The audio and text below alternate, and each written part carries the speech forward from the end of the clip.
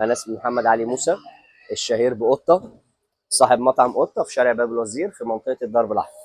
احنا اول مطعم فتح هنا في منطقه الدرب الاحمر 1947.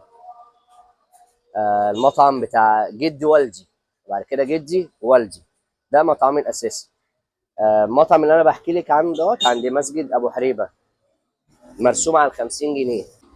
حضرتك اللي هو مرسوم على 50 جنيه دوت، احنا تحت الابوه ديت.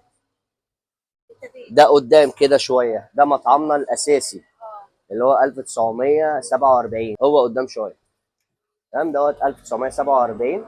وانا بقى طورته، فتحت هنا والحمد لله. يعني الحمد لله كل حاجه عندي حلوه وكل حاجه، الحمد لله. والناس هي اللي بتقيم الاكل يعني.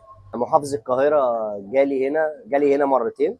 مره كده وعدى وبص على المحل، وتاني مره جاب وفد من سنغافوره، وجالي قعد وفطر. وفي بقى مثلي الاعلى اللي انا بعزه وبحبه وكنت بتمنى يجي يفطر عندي من زمن، استاذ احمد الباز صاحب قصر الكبابجي، والحمد لله جالي. فاهم؟ جالي رمضان اللي فات.